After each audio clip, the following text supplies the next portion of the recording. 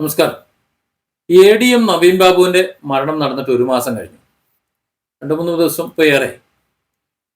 ഇതുവരെ ആ കേസ് സജീവമായി മീഡിയകൾ സംസാരിച്ചിരുന്നുവെങ്കിലും ഇപ്പോൾ കഴിഞ്ഞ കുറച്ച് ദിവസമായി സംസാരിക്കുന്നില്ല. CPM ആഗ്രഹിച്ചതുപോലെ തന്നെ ഇപ്പോൾ ഉപതെരഞ്ഞെടുപ്പ് നടക്കുന്നത് വരെ മാത്രമേ ആ ചർച്ച ഉണ്ടായിട്ടുള്ളൂ. ഉപതെരഞ്ഞെടുപ്പിൽ എങ്ങനെയെങ്കിലും അപ്പുറം ചാടി വീഴാൻ വേണ്ടിയിട്ട് മാത്രമാണ് PP ദിവ്യക്കെതിരെ നടപടികൾ എടുത്തത്, അല്ലെങ്കിൽ അറസ്റ്റ് മറ്റു കാര്യങ്ങൾ തടയാതിരുന്നത് എന്ന് നമുക്ക് മനസ്സിലാക്കാം. മുൻകൂർ ജാമ്യം നിഷേധിച്ചതിന് ശേഷം വേഗം അറസ്റ്റ് വരിച്ചുകൊണ്ട് 10-12 ദിവസം അവർ അകത്ത് കിടക്കുകയായിരുന്നു, നമ്മൾ കണ്ടതാണ്. എന്നാൽ അവരെ സംരക്ഷിക്കുന്ന നിലപാട് ഇപ്പോഴും ഉണ്ട് എന്നതാണ് ജനങ്ങൾ മനസ്സിലാക്കുന്നത്. ഇപ്പോൾ കണ്ണൂർ സർവകലാശാല സെനറ്റ് അംഗമാണ് ഇപ്പോഴും PP ദിവ്യ. ആ സെനറ്റ് അംഗം എന്നുള്ള പദവി നഷ്ടപ്പെട്ടിട്ടില്ല. CPM തങ്ങളുടെ എല്ലാ സ്ഥാനമാനങ്ങളും തിരിച്ചു വാങ്ങി സാധാരണ പ്രവർത്തകയാക്കി മാറ്റി എന്ന് പറയുമ്പോഴും അതൊരു സ്ഥിരമായ ഒരു മാറ്റമല്ല എന്നാണ് ഈ അന്വേഷണ റിപ്പോർട്ടും മറ്റു കാര്യങ്ങളും നോക്കുമ്പോൾ മനസ്സിലാവുന്നത്. നമുക്കറിയാവുന്നത് നവീൻ ബാബു എന്ന കറകളഞ്ഞ സത്യസന്ധനായ ഒരു ഉദ്യോഗസ്ഥൻ, അദ്ദേഹത്തിന്റെ പെൻഷനാകുന്ന 5, 6, 7 മാസം കഴിയുമ്പോൾ പെൻഷനാകുന്ന ഈ കാലഘട്ടം വരെ യാതൊരു വിധത്തിലുള്ള ഒരു മോശം അഭിപ്രായം എവിടെയും രേഖപ്പെടുത്തിയിട്ടില്ലാത്ത ഒരു ഉദ്യോഗസ്ഥൻ. സർക്കാരിന്റെ അന്വേഷണ ഏജൻസികൾ പോലും സത്യസന്ധൻ എന്ന് റിപ്പോർട്ട് കൊടുത്തിട്ടുള്ള ഉദ്യോഗസ്ഥൻ.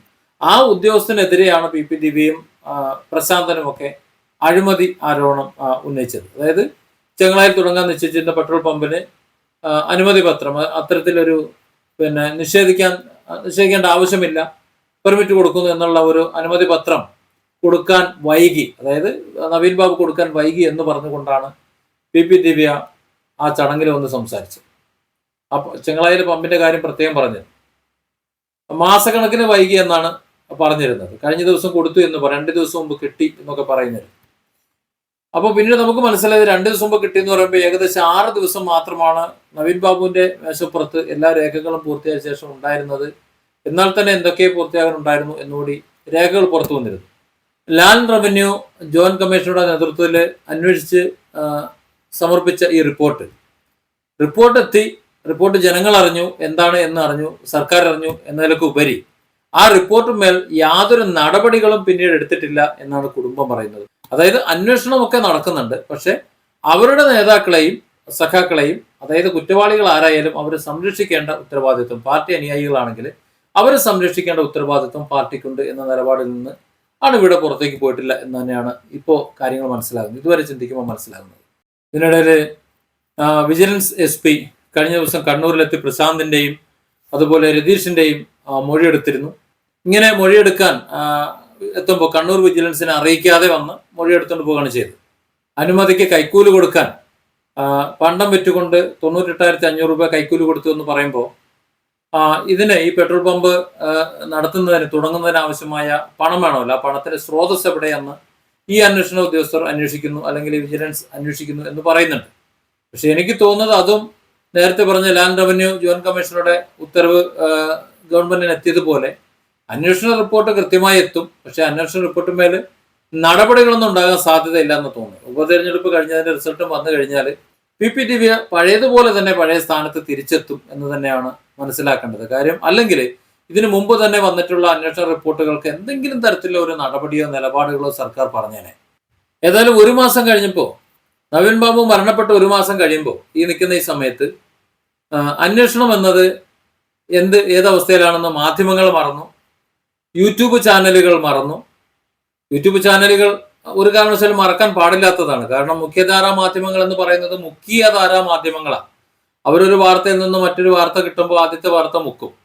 പക്ഷെ നവീൻ ബാബു എന്ന ആ കറകളഞ്ഞ ആ ഉദ്യോഗസ്ഥന് ജീവിതത്തിൽ അദ്ദേഹത്തിന്റെ സർവീസിൽ ഇതുവരെ മോശം ഒരു സർട്ടിഫിക്കറ്റ് എവിടെയും വരാത്ത, ഒരു ബ്ലാക്ക് മാർക്ക് വരാത്ത ഒരു ഉദ്യോഗസ്ഥന് അദ്ദേഹത്തിന് നീതി ലഭിക്കേണ്ടത് ആവശ്യമാണ്. കാരണം അദ്ദേഹത്തിന്റെ മരണം ആത്മഹത്യയാണ് എന്ന് വരുത്തി തീർക്കാൻ വേണ്ടിയിട്ടുള്ള എല്ലാ കാര്യങ്ങളും ഇതുവരെ സമർത്ഥിച്ചു വെച്ചിട്ടുള്ള നിലയ്ക്ക് അദ്ദേഹത്തിന്റെ മരണം ഒരു കൊലപാതകമാണ് എന്ന് തെളിഞ്ഞു വരുന്ന, അല്ലെങ്കിൽ സംശയിക്കപ്പെടുന്ന എല്ലാ സാഹചര്യങ്ങളും ഒത്തിരിക്കുന്ന ഈ സാഹചര്യത്തിൽ ശരിയായ ഒരു അന്വേഷണം നടത്തുകയും അദ്ദേഹത്തെ വകവരുത്തിയത് ആരാണോ അവരെയൊക്കെ നിയമത്തിന്റെ മുന്നിലേക്ക് കൊണ്ടുവരികയും ചെയ്യേണ്ടത് ഇവിടുത്തെ യൂട്യൂബ് ചാനലുകാരുടെ ഉത്തരവാദിത്തമാണെന്നാണ് എനിക്ക് തോന്നുന്നത്. പിന്നെ നവീൻ ബാബുവിന്റെ കുടുംബത്തിന് ഈ 2 കൂട്ടർക്കേ ഉള്ളൂ.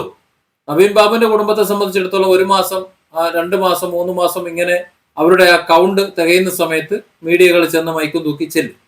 എന്നാൽ മറ്റുള്ള സമയത്ത് എന്താണ് സംഭവിക്കുന്നതെന്ന് പുറത്തേക്ക് പറയാറില്ല.